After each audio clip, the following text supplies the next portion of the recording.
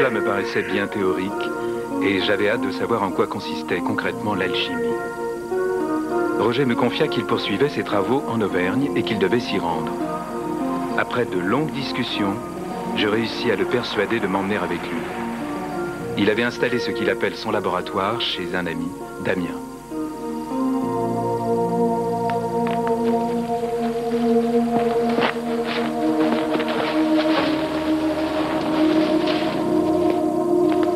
Pour mon initiation, la première chose que je devais faire était de descendre au fond d'une mine à l'abandon.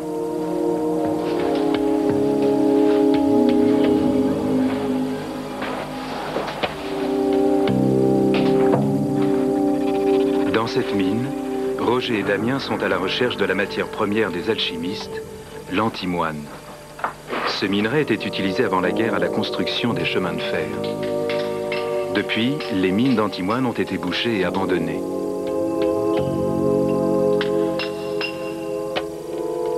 Ce minerai est-il donc si important ?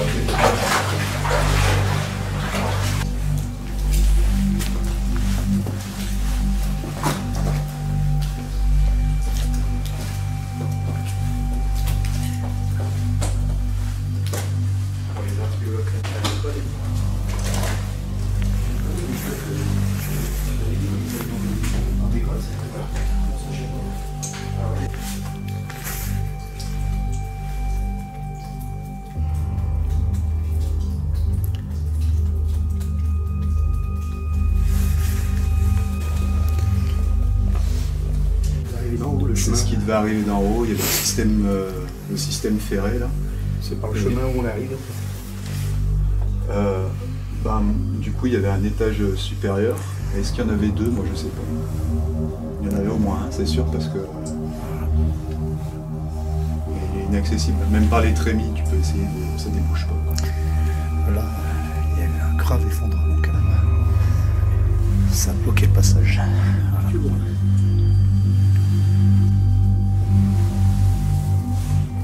T'as vu, ça peut tomber. Dans le sol.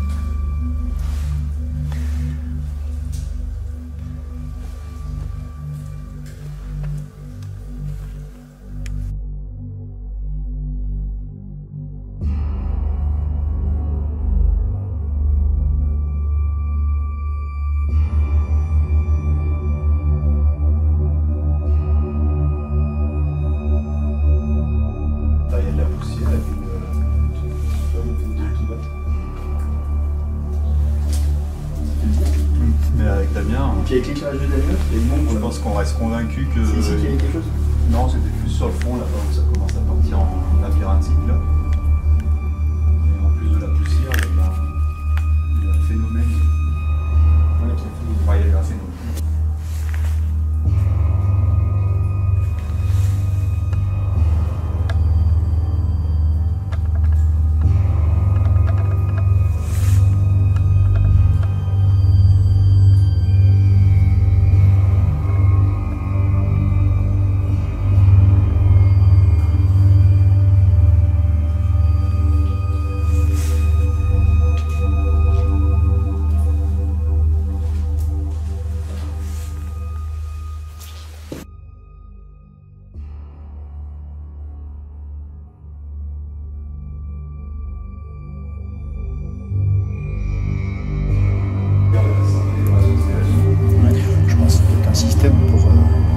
de l'écam, ça.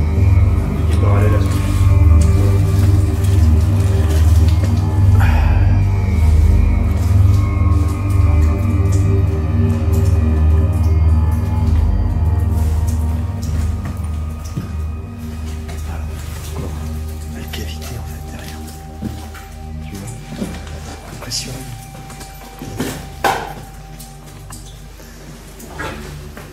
Voilà. C'est vraiment impressionnant. Après, ça finit en taille. Ouais. Et là-haut, tu pouvais monter. Tu pouvais. C'est celle-là que j'avais essayé d'emprunter, mais Ouais. sans succès. Celle-là, elle est bouchée là-haut. C'est ça? Elle fait un coude, et après le coude, elle est bouchée. Et les pierres sont extrêmement glissantes.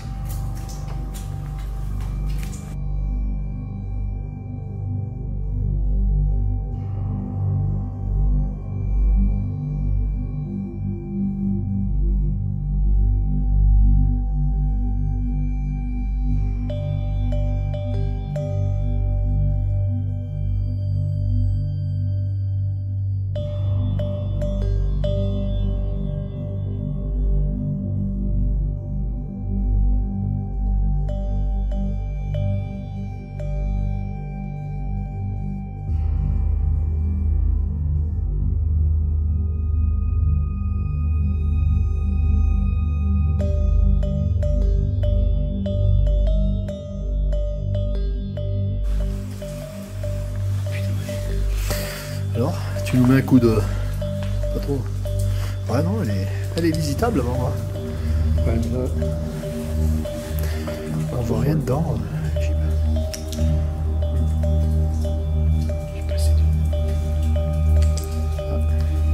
devrais le mettre par le fond, carrément dessus. Ah, ouais, là, c'est vachement écroulé. En fait, ça, c'est un affaissement sur le souterrain du dessous. Ça fait un peu balisé quand même, ouais. Restons pas trop au bord.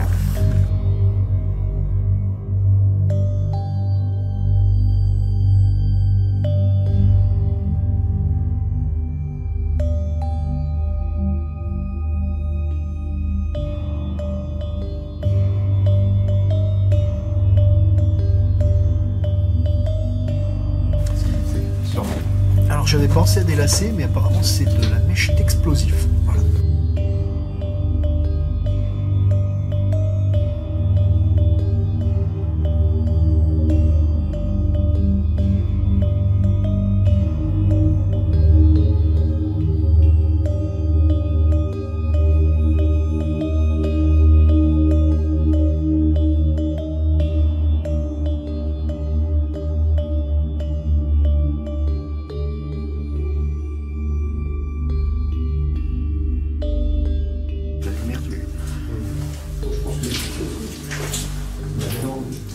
Voilà, calcite flottante. Parce qu'il va y avoir le bruit de... Voilà, c'est ça. La calcite flottante. Des pots qui sont en surface sur l'eau. Ça, si c'est pas un procédé on pourrait imaginer copier le procédé naturel pour recréer quelque chose. Voilà, la calcite flottante. Quand elle est trop lourde, elle sombre au fond. Voilà.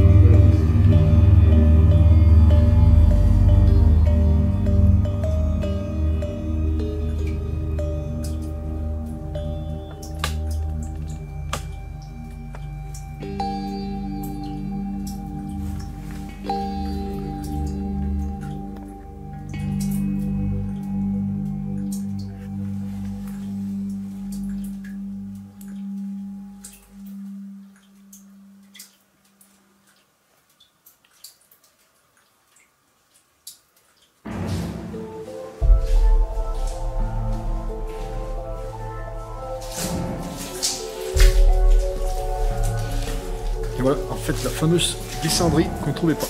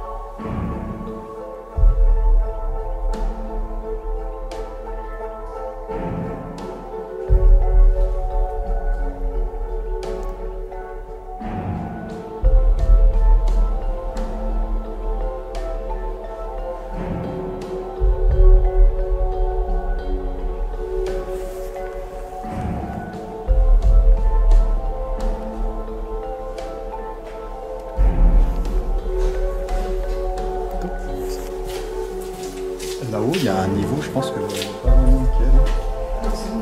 C'est un interniveau, mais tu vois, il pas où il débouche. À mon avis, là-bas, il y a des choses à voir. Il est entre le 0 et le moins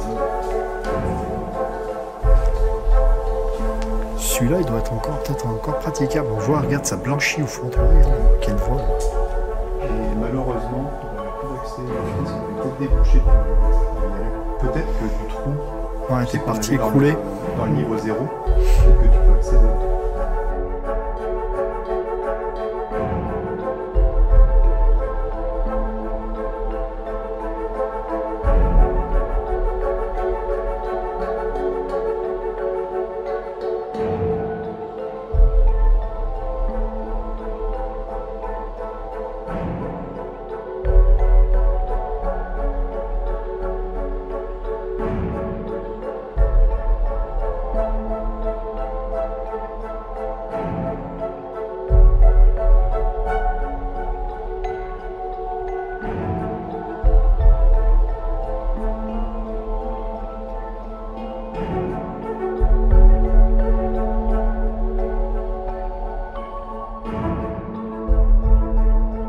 Dans la descendrie, on vient de passer le moins 2 et donc il y avait un dernier niveau où je ne sais pas ce qu'il y avait en dessous du moins 3, mais là devant nous se présentait l'entrée du moins 3. Et depuis, comme on peut le voir, l'eau a submergé déjà dans un premier temps et la roche s'est même passée parce qu'on ne s'est pas vraiment débouillé. C'est ni éboulé ni effondré. Avec la roche s'est passée. Et quand on est encore en 2017 avec Damien, bah, on voyait l'entrée du moins 3 là-bas. Et maintenant, ça s'est complètement affaissé. C'est pour montrer l'état dégradé de la carrière.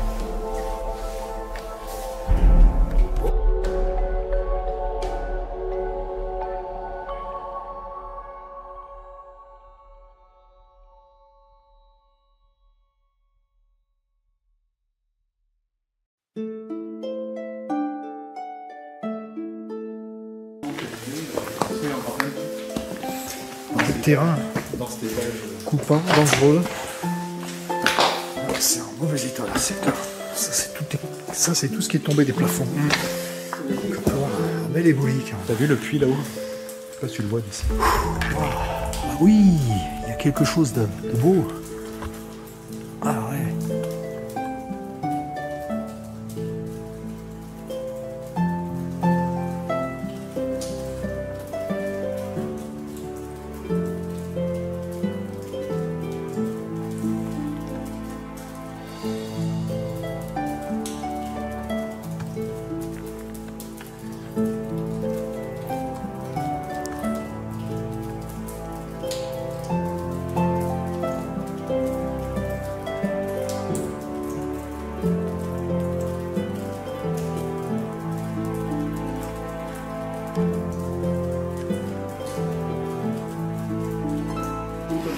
Ça y est, on a atteint la baleine. La baleine, c'est ce rocher qui s'est cassé la gueule. Des plafonds effondrés.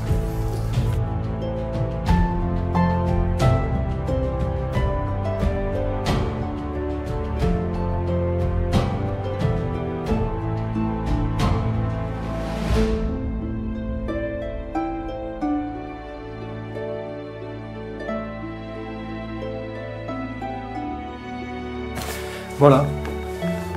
Sans doute les plus belles images qu'on ait pu prendre dans cette carrière souterraine du Sablé avec Jip et Nico.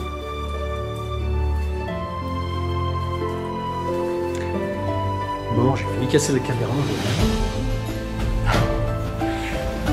Mais tout va bien. Elle marche encore.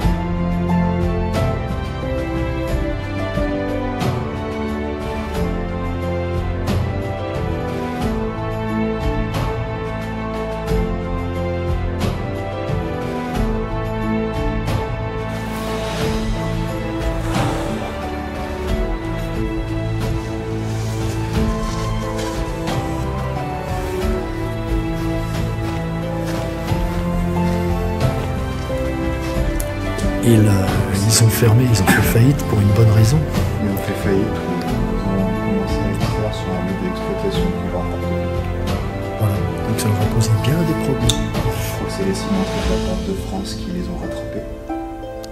Puis ils les ont fait couler. Mais ça... Non, c'est pas plus. Donc là, c'est ce que l'histoire veut bien nous en dire. Et la galerie, là, on a fait combien là 500 mètres hein. Et tout à fait. De ce côté-là? Non, tout droit. Ça sent pas bien.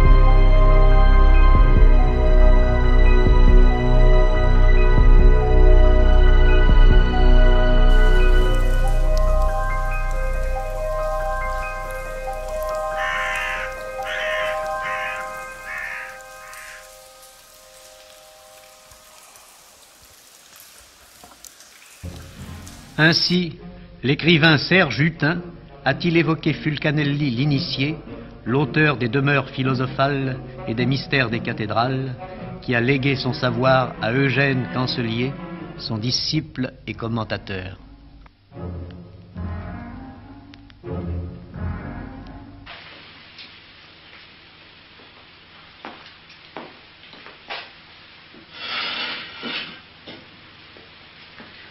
Monsieur Eugène Cancelier, vous êtes un alchimiste. Et pour le commun des mortels, l'alchimiste est un monsieur qui veut faire de l'or. Eugène Cancelier, avez-vous fait de l'or? Oui. Je sais, ordinairement, pour l'alchimiste, c'est celui qui a fait de l'or. Et l'alchimie elle-même est une science qui a pour but la fabrication du métal précieux. C'est d'ailleurs la définition qu'on trouve ordinairement dans les encyclopédies.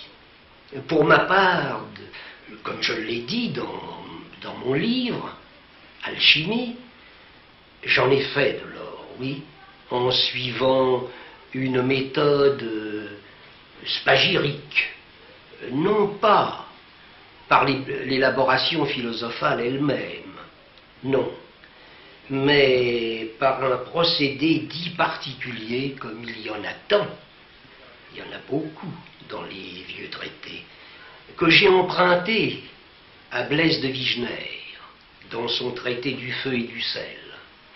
Est-ce rentable? Non, ça n'est pas rentable, car au demeurant, le but de l'alchimie, c'est toujours plus de pureté. Il y a une définition de l'alchimie qui est excellente et qui est celle que donne Martin Rulland dans son dictionnaire d'alchimie. Il dit ceci: alchimia est impuri separatio a substantia puriore. C'est-à-dire, l'alchimie, c'est la séparation de l'impur, de ce qui est plus pur. L'alchimie est en marge, l'alchimie est dans la clandestinité, on peut dire. Pourquoi? Est-ce parce qu'on l'associe souvent à la magie, à la sorcellerie? Bon, pourquoi l'alchimie serait-elle dans la clandestinité? Et à notre époque surtout, il n'est pas que je sache qu'on n'ait jamais poursuivi un alchimiste, à moins évidemment qu'il ne se livre à la fraude, à l'escroquerie. Mais l'alchimiste, de par sa philosophie même, ne peut pas être ni un faussaire, et encore moins un escroc. Alors, quelle est la place de l'alchimie dans le monde moderne? Ah, elle est très importante. Elle est d'autant plus importante que je crois que, non pas sa résurrection, parce qu'elle était toujours, mais la faveur qu'elle connaît de nouveau obéit à un courant cosmique que les anciens avaient bien perçu, à savoir ces universaux. Et à l'heure actuelle, voyez-vous, moi-même, quand j'ai vu ce mouvement qui se développe, ce mouvement, cette rentrée en grâce de l'alchimie, j'avais cru à un simple engouement. En réalité, non.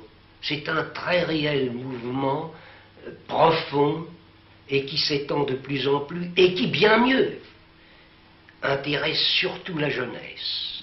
Mais comment expliquez-vous cet engouement de la jeunesse pour l'alchimie? On peut penser qu'il y ait chez elle, chez cette jeunesse, une insatisfaction. D'abord, dans l'enseignement qu'elle reçoit. La science, disons, qualifions-la d'officielle, si on veut, la science qui est enseignée, offre certaines lacunes. Lacunes que l'alchimie vient combler. Il y a un domaine qui est délibérément rejeté, ignoré, et qui est le domaine spirituel, le domaine que des gens comme Einstein lui-même a reconnu, même à travers ses mathématiques, un plan supérieur, divin, il faut bien le dire. Oppenheimer y est venu lui aussi. Il y est venu après sa fameuse bombe. Et présentement, il cherche, il continue de chercher la vérité, et justement, cette énigme qui reste derrière les équations mathématiques, équations qui d'ailleurs, arrivées à un certain point, ne sont plus contrôlables. Et il y a un autre facteur qui joue, c'est cette sorte d'abandon des forces spirituelles. Prenons particulièrement la franc-maçonnerie et l'Église, n'est-ce pas? La franc-maçonnerie qui cherche toujours le verbum dimissum, la parole perdue, et l'Église qui semble bien en train de la perdre, ne serait-ce qu'avec l'abandon du rituel magique de la messe, l'abandon du latin, et puis ce recours à un écuménisme pour faire plaisir. Et quelles opérations effectuez-vous, vous, en ce moment, dans votre four, dans votre laboratoire? Ce sont toujours les mêmes opérations, celles-là que le philosophe, le même alchimiste, exécutait dans les temples égyptiens ou dans les officines du Moyen-Âge. L'alchimie est immuable. Sur un plan pratique, qu'est-ce que l'alchimie peut apporter au monde moderne? Elle apportera au monde moderne l'équilibre qui lui manque.